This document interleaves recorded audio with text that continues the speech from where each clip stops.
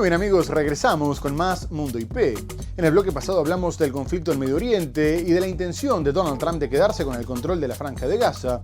Y en este quisiera comenzar en Estados Unidos, porque la colisión en el aire de un avión comercial con 60 pasajeros y 4 tripulantes a bordo, con un helicóptero militar, cuando se disponía a aterrizar en el aeropuerto de Washington, derivó en un fuerte cruce entre demócratas y republicanos, dado que Donald Trump culpó a los demócratas asegurando que el incidente había sido consecuencia de la política inclusiva de los expresidentes Barack Obama y Joe Biden, que contrataron personas con discapacidades intelectuales y psiquiátricas graves para llevar a cabo el control aéreo. Además, también apuntó contra el exsecretario de Transporte Pete Buttigieg, sosteniendo que su diversidad había hundido a la Administración Federal de Aviación y que ésta había sido reformada solo por ser demasiado blanca. No obstante, poco más tarde reconoció que las investigaciones estaban abiertas y que no se sabían las causas, pero que había visto la noticia en la cadena Fox News y que sus acusaciones eran de sentido común. Por su parte, Buttigieg salió a responderle, calificando sus comentarios de despreciables y sosteniendo que el mandatario estaba mintiendo. Ambas aeronaves cayeron al río Potomac y enseguida se puso en marcha un operativo de rescate con más de 300 equipos, tanto de la capital como de otros estados. No obstante, el jefe de los bomberos y emergencias, John Connelly, dijo que las bajas temperaturas del agua provocarían hipotermia en 20 o 30 minutos y que las fuertes corrientes, así como el hielo y las aguas turbias, hacían que las operaciones fueran muy difíciles, descartando que hubiera sobrevivientes. El miércoles, un avión comercial con 64 personas a bordo chocó con un helicóptero del ejército con 3 militares sobre el río Potomac. Trump aseguró que se ha pasado a una misión de recuperación de cuerpos porque tristemente no hay sobrevivientes. El republicano prometió una investigación exhaustiva para esclarecer las causas de lo ocurrido, pero arremetió duramente contra Obama y Biden, a quienes acusó de haber instaurado estándares de seguridad bajos, al permitir una directiva para evitar que hubiera demasiados blancos. Así atacó a los programas de promoción de la diversidad en la administración, y más concretamente en la Agencia Federal de Aviación. Mi administración establecerá el estándar más alto posible para la seguridad de la aviación. Tenemos que contar con nuestra gente más inteligente. No importa cómo se vean, cómo hablen o quiénes sean. Lo que importa es el intelecto, el talento, la palabra talento. Tienen que ser talentosos, genios, naturalmente talentosos. No podemos tener gente común haciendo ese trabajo. No podrán hacerlo. Consultado sobre si culpará directamente a los controladores aéreos y a los programas de diversidad de la catástrofe, reconoció que no lo sabía, pero que podría ser. Afirmó, no obstante, que la trayectoria del helicóptero militar era increíblemente mala.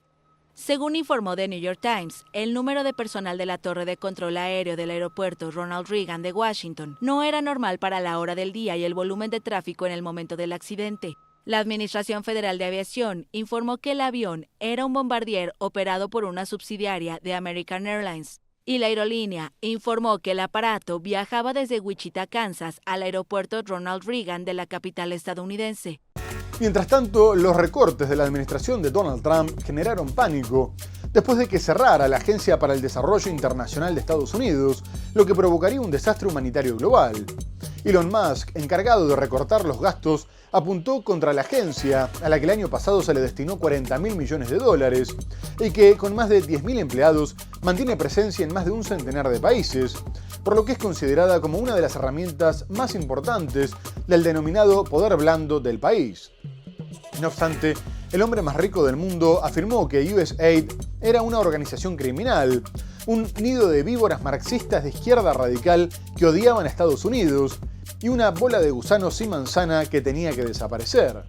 Poco más tarde, Trump reiteró que estaba dirigida por lunáticos radicales de izquierda, pero en lugar de confirmar su cierre, la puso a cargo del secretario de Estado Marco Rubio, que adelantó que muchas de las funciones iban a continuar, pero que tenían que estar alineadas a la política de Estados Unidos primero. Por su parte, los legisladores demócratas tildaron estas acciones de ilegales e inconstitucionales, afirmando que el presidente no respetaba la separación de poderes, ya que esas decisiones le correspondían al Congreso. A su vez, la directora de Médicos Sin Fronteras, Avril Benoit, alertó que la repentina pausa en la asistencia humanitaria y sanitaria y el rápido desmantelamiento de componentes críticos del sistema de ayuda causarían un desastre humanitario sin paliativos que afectaría a millones de las personas más vulnerables del mundo. Y agregó que muchas organizaciones locales ya habían tenido que cerrar sus puertas. Elon Musk, polémico asesor del presidente Donald Trump, afirmó el lunes que la Agencia de Estados Unidos para el Desarrollo Internacional cerrará. En su red social X calificó a USAID de nido de víboras de marxistas de izquierda radical que odian a Estados Unidos y dijo que básicamente hay que deshacerse de todo el asunto. Musk dijo haber aclarado personalmente con Trump la medida sin precedentes y sostiene sin aportar pruebas que USAID financió la investigación sobre armas biológicas, incluido el COVID-19, que mató a millones de personas. Trump hizo eco de esta retórica, diciendo el domingo que USAID está dirigida por un grupo de lunáticos radicales. El lunes, el jefe de la diplomacia, Marco Rubio, precisó que la agencia no desaparecería, sino que estará bajo su control y acusó a la entidad de insubordinación. Mientras tanto, los empleados de USAID fueron instruidos a no trabajar el lunes. Además, la web de la agencia está inactiva y varios altos cargos fueron puestos en licencia administrativa a partir del sábado por la noche. USAID financia programas sanitarios y de emergencia en unos 120 países, incluyendo los más pobres, y es considerada una importante fuente de poder blando para Estados Unidos. Los más de 40.000 millones de dólares para la agencia son una pequeña parte del gasto anual total del gobierno estadounidense, que asciende a casi 7 billones de dólares. Pero el ala más conservadora y libertaria republicana sostiene que se despilfarra dinero en extranjeros, mientras se ignora a los estadounidenses. Los demócratas, que son minoría en el Congreso, consideran una toma de poder inconstitucional por parte de Trump y Musk, ya que el dueño de SpaceX no es empleado federal ni funcionario. Por otra parte, Donald Trump cumplió su promesa de imponer aranceles a México, Canadá y China, dando comienzo a una guerra comercial, aunque como vamos a ver posteriormente, se los suspendió a los dos primeros. Para México y Canadá serían del 25%, salvo para el petróleo canadiense, que sería del 10%, mientras que para China sería del 10%. Además, también se les advirtió que si tomaban represalias, aumentaría todavía más el porcentaje. Sin embargo, el mandatario canadiense Justin Trudeau anunció que grabaría con un 25% el equivalente a 155.000 millones de dólares en productos norteamericanos y no descartó imponer un embargo energético, ya que el 60% de las importaciones de petróleo de Estados Unidos provienen de Canadá. Trump justificó la medida culpando a estos tres países por el tráfico de fentanilo y otras drogas hacia su país, poniendo en peligro el tejido social. En el caso de México, incluso aseguró que el gobierno mantenía una alianza intolerable con el narcotráfico, lo que comprometía la seguridad nacional. La presidenta Claudia Sheinbaum calificó los dichos como calumnias y condenó cualquier intención injerencista en su territorio. A su vez anunció medidas arancelarias y no arancelarias en defensa de sus intereses, aunque se advierte que este enfrentamiento tendría graves consecuencias para su economía, dado que las exportaciones a Estados Unidos le generan a México el 30% de su Producto Interno Bruto, mientras que Canadá entraría en recesión en 6 meses. Por su parte, China comunicó que tomaría contramedidas y que presentaría una demanda ante la Organización Mundial de Comercio por prácticas ilícitas. Trump había acusado a Pekín de subvencionar a las compañías químicas para la exportación de fentanilo a Estados Unidos con el fin de envenenar a sus ciudadanos. Estados Unidos acusó el sábado al gobierno mexicano de tener una alianza que calificó de intolerable con los cárteles del narcotráfico y le impuso aranceles aduaneros junto con Canadá y China hasta que cooperen en la lucha contra las drogas. Los aranceles para México serán del 25%. Estados Unidos asegura que los cárteles mexicanos son los principales traficantes mundiales de fentanilo, metanfetamina y otras drogas. La Casa Blanca acusó a México a través de la red social X y por medio de un comunicado de supuestamente proporcionar refugios seguros para que los cárteles se dediquen a la fabricación y el transporte de drogas.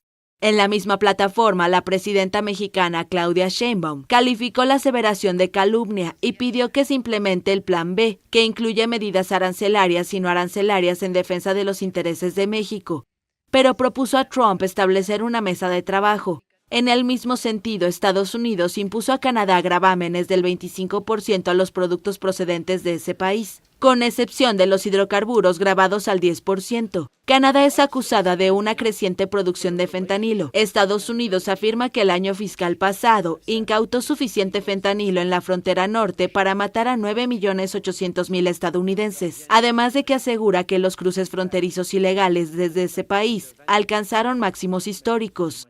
El primer ministro canadiense Justin Trudeau consideró las acciones como una fractura en los lazos con su vecino.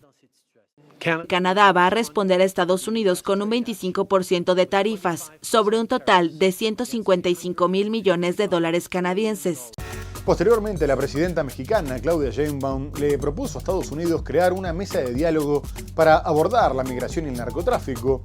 Dijo que los cómplices de los cárteles eran los traficantes de armas norteamericanos y agregó que los aranceles también tendrían graves consecuencias para la economía de Estados Unidos. Donald Trump reconoció más tarde que las medidas comerciales que estaba tomando podrían causar dolor también en su país, pero aseguró que merecían el precio a pagar, confiando en que las compañías se trasladarían a Estados Unidos para evitar los aranceles. No obstante, poco después mantuvo una conversación con su par mexicana y se anunció que había aceptado suspender los aranceles por un mes, dado que Sheinbaum desplegaría 10.000 guardias nacionales en la frontera norte, como una primera medida para impedir el tráfico de droga hacia Estados Unidos. Además, el mandatario norteamericano se comprometió a luchar contra el tráfico de armas de alto poder a través de su frontera sur, después de que México se quejara en varias oportunidades de que los cárteles tenían acceso a armas de uso exclusivo del ejército de Estados Unidos. A su vez, Trump comunicó que la pausa en los aranceles serviría para mantener negociaciones de las que participarían el secretario de Estado Marco Rubio, el del Tesoro Scott Bessent y el de Comercio Howard Lutnick. De cualquier forma, se espera que la relación sea tensa después de que el secretario de Defensa, Pete Hegseth, dijera que no descartaba ordenar ataques militares contra cárteles mexicanos en territorio mexicano, ya que Trump los designó como organizaciones terroristas. Por su parte, Elon Musk, que como vimos colabora con el gobierno, también dijo que necesitarían intervenir fuerzas especiales. Tregua en la guerra arancelaria entre Estados Unidos y México. El presidente estadounidense Donald Trump habló el lunes por la mañana con su homóloga mexicana Claudia Sheinbaum y puso en pausa por un mes los aranceles del 25% que impuso a los productos del país vecino. El mandatario añadió que durante ese periodo se mantendrán negociaciones, encabezadas por el secretario de Estado, el secretario del Tesoro y el secretario de Comercio, así como representantes mexicanos de alto nivel. Por su parte, Sheinbaum anunció que México reforzará la frontera norte con 10.000 elementos de la Guardia Nacional de forma inmediata. Él hizo varias propuestas y finalmente llegamos al acuerdo, que está en el acuerdo que se puso, de poder poner más guardias nacionales en la frontera norte para proteger la frontera y evitar el tráfico de drogas y en particular el tráfico de fentanilo de México hacia Estados Unidos. La presidenta señaló además que Washington se comprometió a trabajar para evitar el tráfico de armas de alto poder a México, un reclamo que el gobierno mexicano ha hecho en varias ocasiones y que incluso lo llevó a demandar a los fabricantes de armas en Estados Unidos. El presidente Donald Trump admitió el domingo que los estadounidenses podrían sentir las consecuencias económicas de los aranceles que impuso a México, Canadá y China. En su red Truth Social, advirtió que tal vez habrá cierto dolor, pero que valdrá la pena el costo que tendrán que pagar por hacer a América grande de nuevo, según afirmó. Asimismo, Trump también mantuvo una conversación telefónica con su par canadiense Justin Trudeau, después de volver a afirmar que Canadá podría dejar de existir como país viable y reiterar que debería integrarse a Estados Unidos. No obstante, la conversación tuvo el mismo efecto que con la presidenta mexicana y el mandatario canadiense también anunció la suspensión de los aranceles por un mes, a cambio de un plan de seguridad fronteriza tendiente a detener el tráfico de fentanilo y que en principio costaría $1.300 millones. Trudeau informó que se había comprometido a reforzar la frontera con nuevos helicópteros, tecnología y 10.000 efectivos que se coordinarían con Estados Unidos para realizar una vigilancia permanente. A su vez, dijo que iban a designar un zar del fentanilo, que incluirían a los cárteles en la lista de terroristas y que crearían una fuerza de ataque binacional para combatir el crimen organizado, el tráfico de drogas y el lavado de dinero. Además de la inmigración y la necesidad de frenar el fentanilo, Trump también había citado el déficit comercial con estos países para justificar los aranceles, por lo que se especula con que haya más acuerdos más allá de los de seguridad. Y esto confirma que era parte de una estrategia de negociación que algunos califican de extorsión. De cualquier forma, la relación bilateral sigue siendo tensa y la provincia de Ontario, la más poblada de Canadá, ya canceló un contrato millonario con Elon Musk con el que Starlink le daría internet de alta velocidad a las zonas rurales. El gobernador Doug Ford dijo que Musk era parte del equipo de Trump y que no haría negocios con gente que estaba decidida a destruir la economía de su país. Estados Unidos suspendió el lunes por 30 días los aranceles del 25% y del 10% a los carburantes y energía, impuestos el sábado por el presidente Donald Trump contra Canadá. Así lo anunció el primer ministro de ese país, Justin Trudeau, tras una llamada con el líder republicano. Trudeau afirmó en la red social X que Canadá está asumiendo nuevos compromisos y va a nombrar un zar responsable de la cuestión del fentanilo. Añadirá a los cárteles mexicanos a la lista de entidades terroristas, como ya hizo Trump, y a lanzar con Estados Unidos una fuerza de ataque conjunta contra el crimen organizado, el tráfico de fentanilo y el blanqueo de dinero. También vigilará la frontera las 24 horas del día con casi 10,000 efectivos de primera línea. Canadá, país que Trump quiere convertir en el estado número 51 de Estados Unidos, aplicará un plan de $1,300 millones para reforzar la frontera con nuevos helicópteros, tecnología y personal. El gobierno canadiense había anunciado represalias y prohibió a las empresas estadounidenses participar en contratos públicos. De hecho, los efectos comenzaron a sentirse el lunes, porque Ontario canceló un contrato por valor de $68,700,000 estadounidenses con Starlink, la empresa controlada por el multimillonario Elon Musk, un aliado y asesor de Trump. Seguridad fronteriza, cambio de aranceles, la lucha contra el tráfico de fentanilo, armas y la inmigración ilegal como eje principal de una negociación provechosa, al menos por ahora, que revela la forma de operar de la diplomacia Trump. A su vez, el republicano ya había prometido imponer aranceles a productos europeos y latinoamericanos, y uno de los primeros en referirse a esta posibilidad fue el presidente brasileño Luis Inácio Lula da Silva, que advirtió que no era complicado, ya que si Washington imponía aranceles a sus productos, ellos responderían de la misma manera.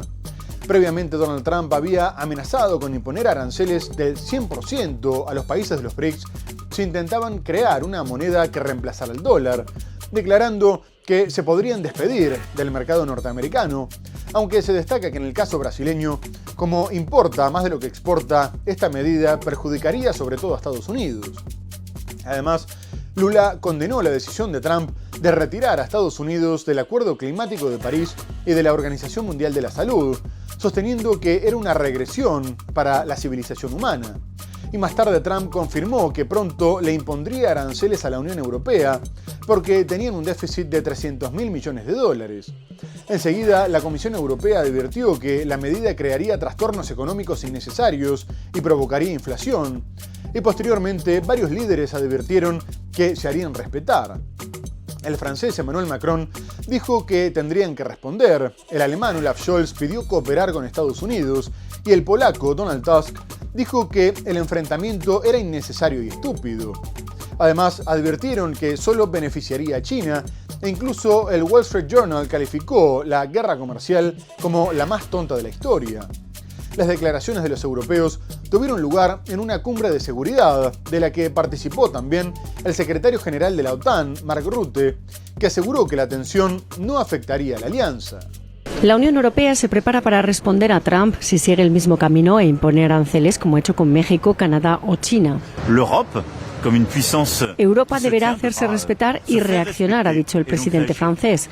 La Comisión Europea recuerda que las dos economías tienen mucho que perder en una guerra comercial que dicen solo beneficiaría a China. En una guerra comercial no gana nadie, asegura Kaja Kallas. Subir los aranceles no es bueno ni para el empleo ni para los consumidores. El alemán Scholz, en su última reunión con los 27 antes de las elecciones alemanas, dice que el objetivo debe ser la cooperación con Estados Unidos. El sector automovilístico alemán sería uno de los más perjudicados. También el primer ministro finlandés aboga por no empezar una guerra comercial, sino una negociación. Y el primer ministro polaco advierte: Europa no puede perder el sentido común lanzándose a una guerra innecesaria y estúpida. Cierre de filas de los 27 en su primera reunión desde que Trump es presidente, en un encuentro previsto para hablar de cómo reforzar la defensa y la seguridad europea. Una de las primeras consecuencias se notará en los precios. Van a subir a nivel global justo cuando los bancos centrales han bajado los tipos de interés en numerosas ocasiones para controlarlos. El resultado: pérdida de competitividad, desconfianza por parte de los inversores y unas perspectivas de crecimiento mucho menores, también para Estados Unidos, y con efecto en las divisas. Aunque los expertos aseguran que a nadie le interesa ahora mismo entrar en una batalla comercial y que es más una estrategia negociadora de Trump, sobre todo con la Unión Europea. Los sectores más sensibles coinciden, serán bienes de consumo e industria, sobre todo el automóvil, uno de los sectores exportadores más castigado precisamente hoy en los mercados. De cualquier forma, la presión es mucho mayor sobre Panamá, después de que Donald Trump se propusiera recuperar el canal por donde pasa el 3% del comercio mundial, negándose a descartar el uso de la fuerza. Y en este contexto, el secretario de Estado, Marco Rubio, viajó a este país para comunicarle que tenía que haber cambios inmediatos en la administración del canal, porque consideraban que la posición de influencia que mantenía China era una amenaza y representaba una violación del tratado relativo a la neutralidad permanente. No obstante, el presidente panameño, José Raúl Mulino, respondió que la soberanía de su país no estaba en discusión, agregando que no había dudas de que el canal era operado por ellos y que seguiría siendo así. A Washington le preocupa que una empresa de Hong Kong opera puertos en las dos entradas del canal, pero Mulino comunicó que estaba en auditoría y se comprometió a no renovar un acuerdo comercial con Pekín. Además, se ofreció para colaborar en el plan de deportaciones de Trump, sobre todo a los que cruzan por la selva del Darién, y prometió que trabajaría con la Marina de Estados Unidos para optimizar el tránsito de sus buques, a los que no les cobraría. No obstante, más allá de los gestos de buena voluntad, el mandatario norteamericano volvió a amenazar a Panamá, asegurando que recuperaría el canal o algo grande iba a suceder. Las advertencias de Estados Unidos provocaron manifestaciones de las que participaron varios sindicatos con el fin de reivindicar la soberanía panameña sobre el canal, aunque se les impidió llegar a la sede del gobierno. El jefe de la diplomacia estadounidense, Marco Rubio, advirtió el domingo que su país tomará medidas si continúa la influencia china en el Canal de Panamá. Al reunirse con el presidente panameño José Raúl Mulino, Rubio dejó claro que este statu quo es inaceptable y que a falta de cambios inmediatos, Estados Unidos tomará las medidas necesarias para proteger sus derechos, según aseguró Tammy Bruce, portavoz del Departamento de Estado. Trump determinó que la actual posición de influencia de China es una amenaza para el canal y una violación de los tratados bilaterales sobre la vía interoceánica. Casi en simultáneo, Mulino aseguraba a la prensa que propuso que un equipo técnico aclare las dudas sobre la supuesta presencia china y que la soberanía sobre el canal no está en cuestión. No siento que haya ninguna amenaza en este momento real contra el tratado, la vigencia y mucho menos de uso de fuerza militar para apoderarse del canal. En el centro de la polémica está una empresa de Hong Kong que opera puertos en las dos entradas de la vía que une los océanos Pacífico y Atlántico. El presidente panameño recordó que esa empresa está en auditoría y, como un gesto, aseguró que no renovará un acuerdo con China sobre la ruta de la seda para ampliar el intercambio comercial. Mulino además ofreció a Rubio ampliar un acuerdo migratorio para que Estados Unidos utilice Panamá para deportar migrantes irregulares de otros países. Unas 200 personas protestaron el domingo en la capital contra la visita de Rubio y decenas de antimotines impidieron que se acercaran al casco antiguo. Posteriormente, el secretario de Estado continuó su gira en El Salvador, reuniéndose con su mandatario Nayib Bukele, a quien le pidió que colaborara con la política de deportaciones, recibiendo a criminales tanto extranjeros como norteamericanos de los que Donald Trump se quiere deshacer. Bukele, a su vez, le comunicó que tenía una gran sintonía con el republicano y que pondría a disposición la megacárcel de su país para albergar a detenidos por delitos graves, aclarando que solo serían criminales convictos. Se trata del Centro de Confinamiento del Terrorismo, la mayor prisión de América Latina, que tiene capacidad para 40.000 presos en 116 hectáreas de terreno. Además, Bukele dijo que sería una especie de subcontratación de la prisión y que le cobraría una tarifa que para Estados Unidos era relativamente baja, pero que ayudaría a que el sistema penitenciario fuera sostenible. Poco más tarde, Rubio aseguró que el acuerdo migratorio no tenía precedentes y que ningún país había hecho jamás una oferta de amistad como la de El Salvador, por lo que se consolida como el gran aliado regional de la Casa Blanca. A su vez, Bukele comunicó que Washington ayudaría a su país en el desarrollo de energía nuclear. Trump dijo que pretendía deportar incluso a los ciudadanos norteamericanos reincidentes, algo que estaría prohibido, por lo que se espera que la iniciativa sea bloqueada en los tribunales. Por otra parte, organizaciones de derechos humanos recordaron los abusos registrados en las cárceles de El Salvador y expresaron su temor de que indocumentados no criminales terminaran siendo llevados al mismo centro donde se encuentran los pandilleros. El presidente de El Salvador, Nayib Bukele, ofreció recluir en la megacárcel de su país a peligrosos criminales estadounidenses y extranjeros enviados desde Estados Unidos. Así lo anunció el lunes el secretario de Estado Marco Rubio, tras reunirse con Bukele en la segunda escala de su primer viaje como jefe de la diplomacia estadounidense. Mucho gusto, Marco. Para cualquier inmigrante ilegal de Estados Unidos que sea un criminal peligroso, del MS-13, el Tren de Aragua, lo que sea, él ha ofrecido sus cárceles. Rubio acogió con satisfacción la propuesta y dijo estar profundamente agradecido con Bukele, cuya guerra contra las pandillas disparó su popularidad en El Salvador y en otros países, incluso en Estados Unidos entre simpatizantes del presidente Donald Trump. Emblema de esa guerra antipandillas, el Centro de Confinamiento del Terrorismo CECOT, considerada la cárcel más grande de América Latina, fue inaugurado por Bukele hace 2 años en las afueras de Tecoluca, 75 kilómetros al sureste de San Salvador. Bukele escribió en inglés en la red social X que su país está dispuesto a acoger únicamente a delincuentes convictos, incluidos ciudadanos estadounidenses en el CECOT, a cambio de una cuota que, según él, sería relativamente baja para Estados Unidos, pero significativa para la sostenibilidad del sistema penitenciario de El Salvador. El mandatario salvadoreño dijo que estaba ansioso por tener relaciones sólidas con el gobierno de Trump. Además, el presidente Trump es alguien que, ustedes saben, no ocultamos nuestra simpatía. Creo que es un buen momento para fortalecer la relación y eso es lo que estamos haciendo aquí, fortaleciéndola. Estoy seguro que va a ser beneficioso para ambos. En buena relación con Bukele, el gobierno de Trump no ha tocado hasta ahora el estatus que protege de la deportación a unos 232.000 salvadoreños en Estados Unidos. Por otra parte, Estados Unidos y Venezuela tuvieron un primer acercamiento con la visita de un enviado especial a Caracas que pretendía que el gobierno de Nicolás Maduro liberara a 6 estadounidenses, algo que se hizo efectivo casi enseguida, a pesar de que habían sido calificados de terroristas y mercenarios de alto nivel. Poco más tarde, el propio Donald Trump celebró la noticia en redes sociales, afirmando que habían podido liberar a 6 rehenes.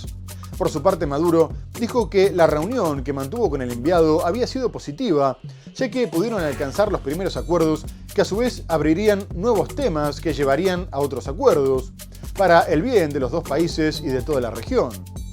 Asimismo, el mandatario destacó que siempre estuvieron dispuestos a mantener los canales diplomáticos abiertos y que proponían trabajar en una agenda cero que permitiera un nuevo comienzo en la relación bilateral, aunque advirtió que no aceptaría presiones de ningún tipo. Pero más allá del contacto, la Casa Blanca aclaró que seguiría sin reconocer a Maduro como presidente electo, mientras que Trump dijo que, a diferencia de Joe Biden, él no permitiría la compra de petróleo venezolano, considerando que había sido estúpido revivir a Maduro cuando Venezuela estaba a punto de librarse del dictador. De cualquier forma, Washington busca que Venezuela acepte los vuelos con los indocumentados deportados y sobre todo que reciba a 400 criminales del grupo Tren de Aragua. Previamente, el fiscal general de Venezuela, Tarek William Saab, había dicho que la banda había sido desmantelada en el 2023, pero que estaba dispuesto a colaborar con Estados Unidos para llevarlos de vuelta al país. Hay temas donde hemos llegado. El presidente de Venezuela, Nicolás Maduro, informó el viernes de la liberación de 6 presos estadounidenses, tras una reunión con Richard Grenell, enviado especial a Caracas del mandatario Donald Trump. Antes del encuentro entre Maduro y Grenell, la ONG Foro Penal, dedicada a la defensa de presos políticos, contabilizaba a 8 ciudadanos de Estados Unidos, entre ellos un militar, y 2 ciudadanos de otras nacionalidades con residencia en ese país, encarcelados en Venezuela, acusados de conspirar contra Maduro y planificar actos de violencia. Vamos a un nuevo inicio de relaciones históricas donde lo que haya que rectificar se rectifique. Y lo que haya que hacer, se haga en el marco de respeto, de relaciones en términos de igualdad, sabiendo quién es cada quien, porque aquí nadie engaña a nadie. El gobernante izquierdista le planteó a Grenell lo que denominó como una agenda cero para reconstruir puentes en medio de una renovada crisis política por los cuestionamientos de Washington a su reelección del 28 de julio del año pasado, denunciada por la oposición como fraude. Una conversación franca, directa, abierta, puedo decir que fue positiva. El enviado especial de Estados Unidos para América Latina, Mauricio Claver Carón, comentó más temprano en rueda de prensa que la reunión entre Grenell y Maduro no cambia las prioridades de Washington con respecto a Venezuela. Dijo que Grenell exigiría a Maduro aceptar las condiciones para la repatriación de criminales y pandilleros venezolanos. En cuanto a la recepción de indocumentados, ni Venezuela ni Estados Unidos hicieron ningún anuncio, pero ante los conflictos diplomáticos que las deportaciones generaron con Colombia y Brasil, América Latina quiso organizar una respuesta conjunta con la convocatoria de la Comunidad de Estados Latinoamericanos y Caribeños. No obstante, la región ni siquiera pudo acordar una condena unánime por el rechazo de Argentina, Paraguay y El Salvador, y la cumbre fue cancelada. La presidenta de Honduras, Xiomara Castro, que preside la organización de forma temporal, destacó que nuevamente habían recibido la oposición sistemática de miembros que habían privilegiado principios e intereses diferentes a los de la región. Pero mientras tanto, Venezuela anunció el comienzo de su operativo militar contra las guerrillas en la frontera con Colombia, después de que se comprometiera a actuar de forma conjunta para hacer frente a la ola de violencia que está padeciendo su vecino en la región de Catatumbo. El ministro de Defensa, Vladimir Padrino, informó que se habían desplegado 5.000 soldados en un área de 10.000 kilómetros cuadrados, como parte de un ejercicio que se realiza 3 veces al año, aunque en esta oportunidad lo utilizarían para prevenir la entrada de grupos armados. Desde el 16 de enero, el Ejército de Liberación Nacional comenzó una serie de ataques contra las disidencias de las FARC y el Clan del Golfo, que dejó más de medio centenar de muertos. Además, se destaca que también los civiles están siendo atacados, lo que provocó 50.000 desplazados. Ante esta situación, el gobierno de Nicolás Maduro se movilizó para recibir a los que cruzaran la frontera y aceptó colaborar con el ejército colombiano, que a su vez desplegó 10.000 militares. ¡Chávez vive! Venezuela lanzó el viernes una operación de ejercicios militares con 5.000 soldados en la frontera con Colombia. Los ejercicios son en la región del Catatumbo, zona donde se han intensificado en los últimos días los combates entre grupos armados colombianos. Nuestro comandante en jefe ha ordenado un despliegue importante de más de 5.000 hombres en un área aproximada de 10.000 kilómetros cuadrados y un frente de 100 kilómetros que abarcan los municipios García de Hevia y Ayacucho del estado Táchira y los municipios Colón, Catatumbo, Semprún y Machiques de Perijá del estado Zulia, todos colindantes con la República de Colombia. Los ejercicios militares en esta zona se realizan 3 veces al año, según el gobierno venezolano, pero Padrino indicó que en esta oportunidad buscan evitar que los grupos armados que se enfrentan en Colombia tengan acceso al territorio venezolano. Hay que resaltar siempre todos los esfuerzos que hemos hecho para alcanzar la paz en Colombia, a pedido de la República y del Estado colombiano, a pedido. Siempre nosotros vamos a estar un pie al frente abogando por la paz de Colombia, que es la paz de Venezuela y es la paz de toda la región. Los enfrentamientos en el Catatumbo entre la guerrilla Ejército de Liberación Nacional y disidentes de las FARC han dejado 54 muertos, una docena de desaparecidos y 48.000 desplazados desde mediados de enero, cuando estalló la violencia en la zona. Muy bien amigos, se nos ha terminado el programa. Hemos hablado de la intención de Donald Trump de quedarse con la Franja de Gaza, de los aranceles anunciados por Estados Unidos y su posterior suspensión, de la gira por América Latina que hizo el secretario de Estado norteamericano Marco Rubio, pero lo tenemos que dejar hasta el próximo programa. Muchas gracias por habernos acompañado y hasta entonces.